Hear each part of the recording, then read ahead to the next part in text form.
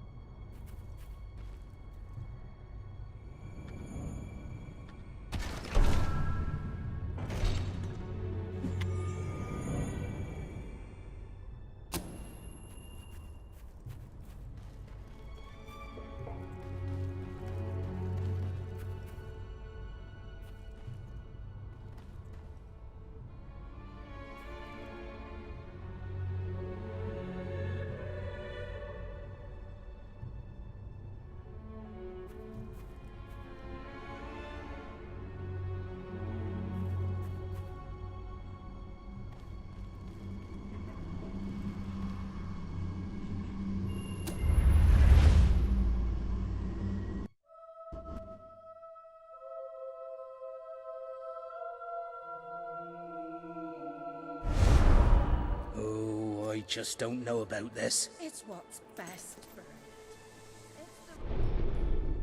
Ah, hello.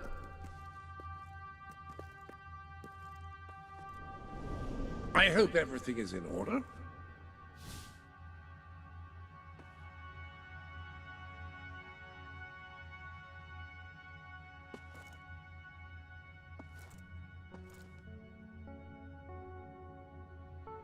Whatever you feel comfortable in.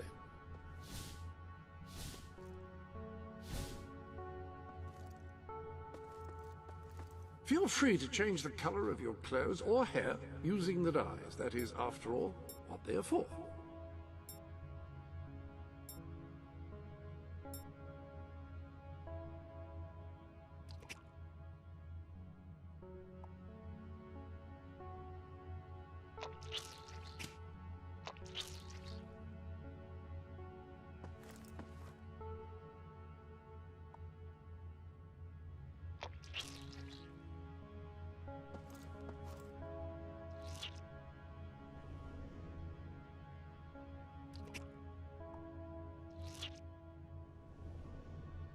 Good choice.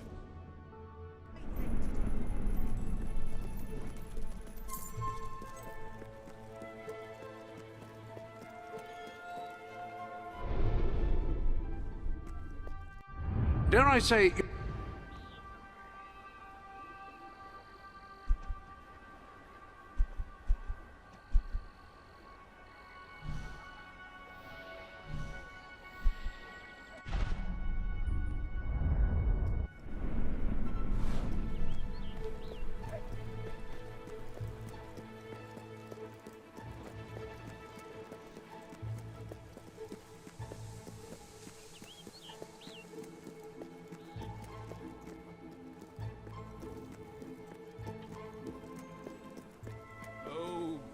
You foul, vile fiend!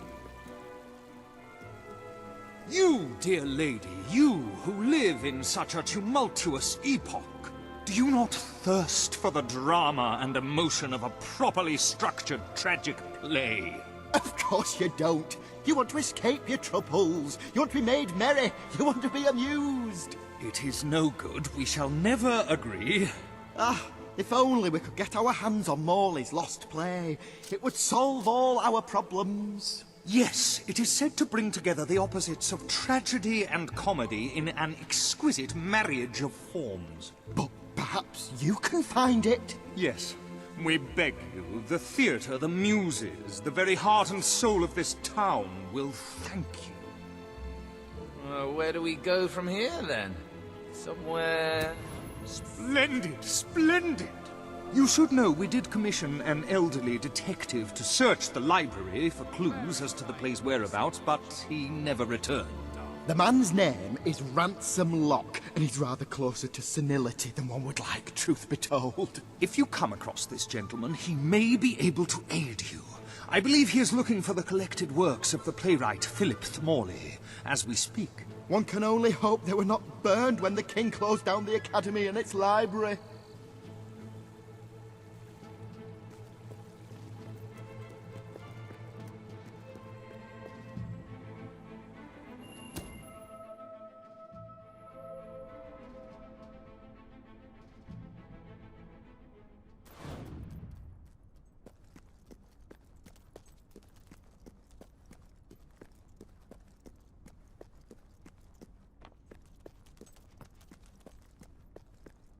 Turn back now, mortal one.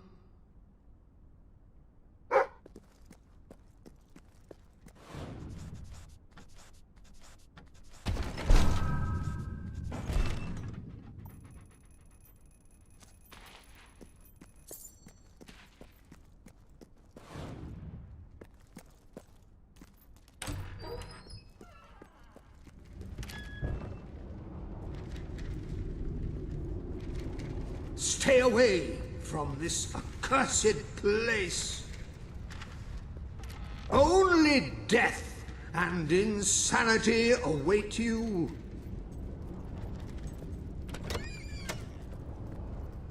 Thou seekest forbidden knowledge, but shall find naught but damnation.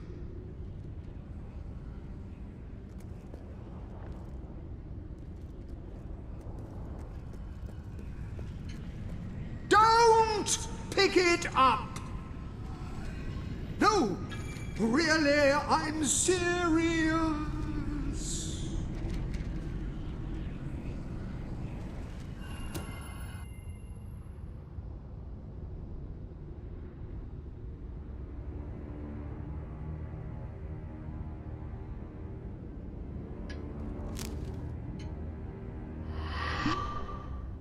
You lot just can't leave well enough alone, can you? Bloody literary tourists, bane of my afterlife.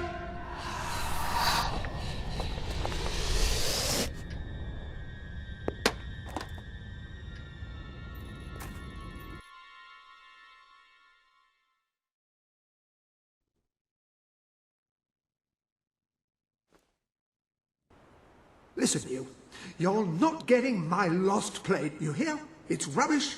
Worse than rubbish. I mean, what was I thinking mixing tragedy and comedy? I must have been off my rocker.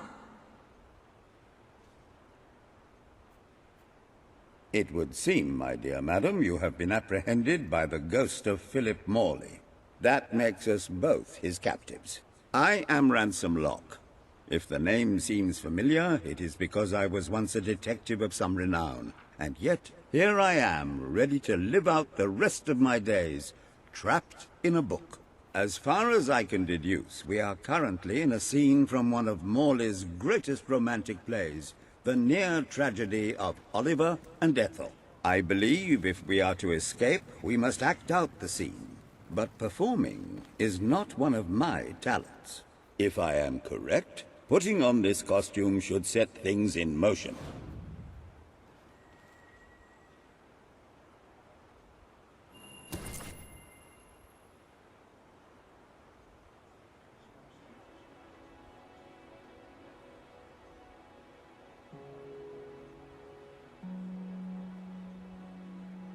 Oh, Ethel, my love, my life, my son. If thou wouldst but give me one sign, one gesture that would speak of your affections, then might I think this grey existence worth living. Ah, yes, a classic moment in the play. You are Ethel, the beautiful young daughter of a dung merchant. Show Oliver that you love him, and we may be able to leave this scene.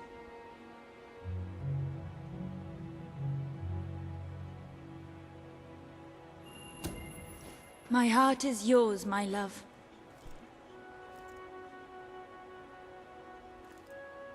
Let the heavens and the seas, the toads and the eels sing the song in my heart, for she doth love me, and all is well. We shall meet again in the morrow, my little ferret, and elope into the sunset to live out our days in wondrous joy.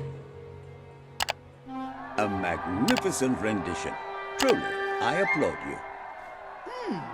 I see you are gifted with remarkable literary cunning, but can you really comprehend the depths of my work? That we shall see.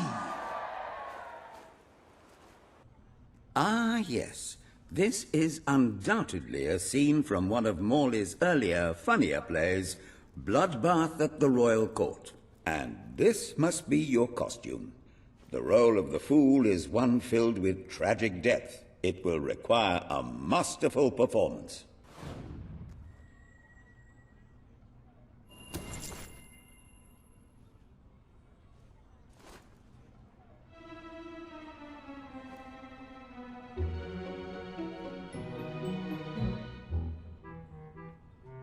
What fresh insolence is this? Out of my throne, you impertinent buffoon! Stand before your king, and do your jester's duty. 'Tis a troublesome time for this court, and my crown grows heavy. So make me laugh, or I shall have your head.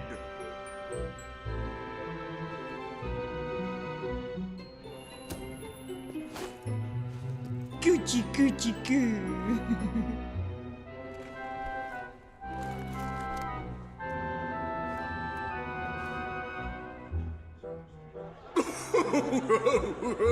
Oh, stop, it's too funny.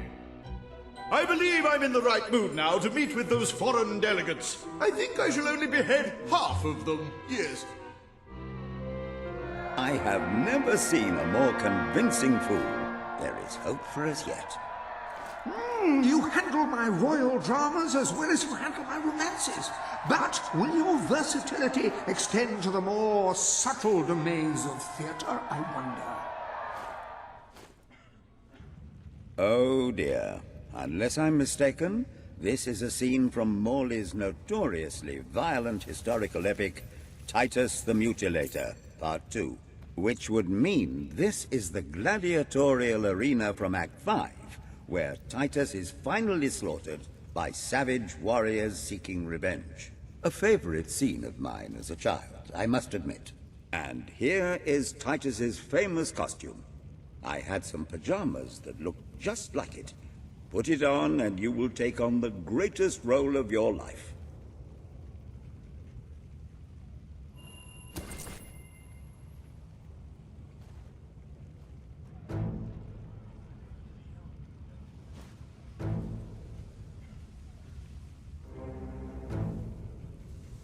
Titus! Thy pox-membered body shall pay for thy monstrous villainy. My son lies dead because of you. Now shall revenge be mine. Cold as your corpse and all the more flavoursome for it. Do try to make your demise convincing. Nice tattoo. I think I'll cut it off you.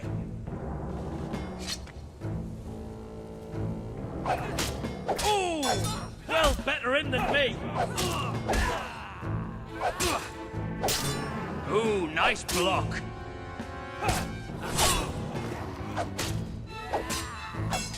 That was easy to block.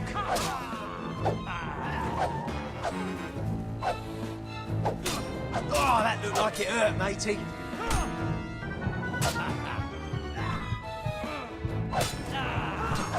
Take that, you raving hellhound!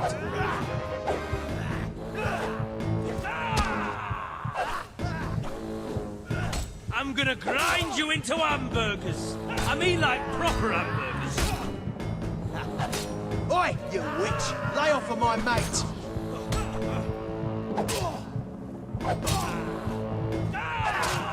Let's do it, lads. Let's...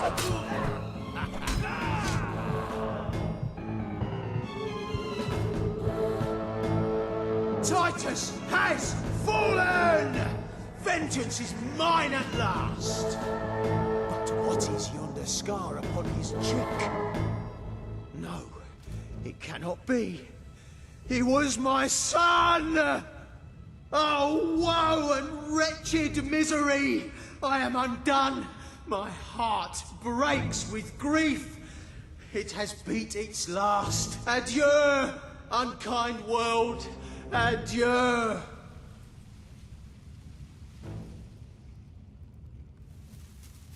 A tremendous performance. For a moment, I believed you truly had passed on. I wonder what scene will follow now. Oh, what scene could possibly follow such a masterful rendition of my work? You have brought such depth of meaning to my words, I stand in awe. You have earned the prize no mortal has ever been honored with before. My missing play. I entrust it to you, for I know that you will do it justice. I call it The Ham Sandwich, a metaphorical title, of course.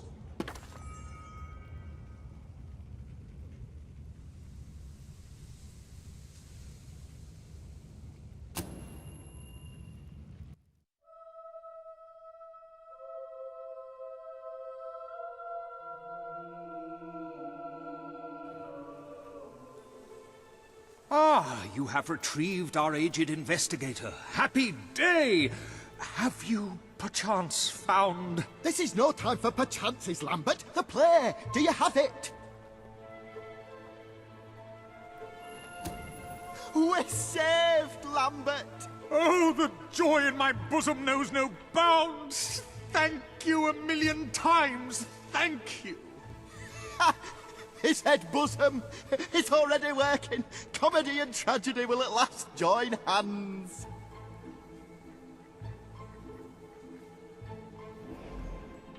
Hark!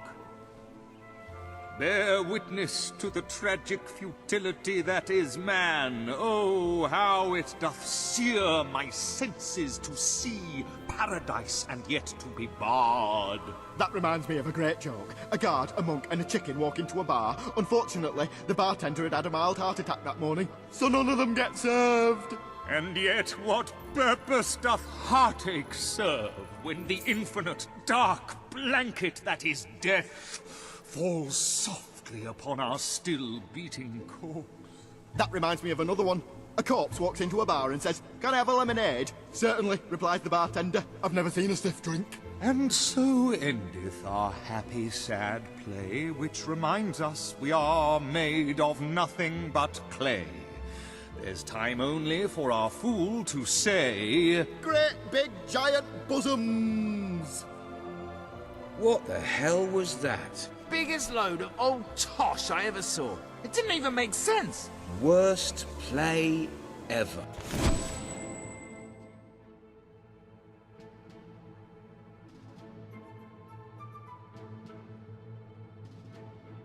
Well done. You have gathered quite an impressive following in Brightwall. This should be more than enough to convince this little hamlet to send aid to the dwellers. I believe Samuel awaits you at the town I'm gates beginning to understand express that why very Philip sentiment. Morley never published this particular piece of work in his lifetime. Indeed, it is too far ahead of its time. Perchance one day a civilization will rise with the broadness of brain to truly appreciate it. If you ask me, it was the tragic elements that let it down. One cannot argue with the comedy. Oh, a pox on you, Pinch!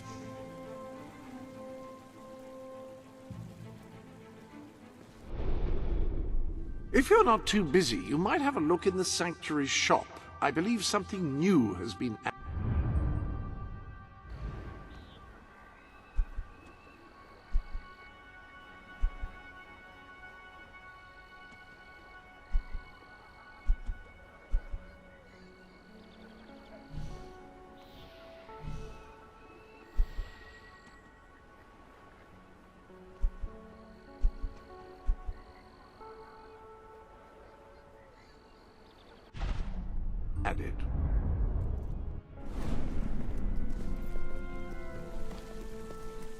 I like what I'm seeing.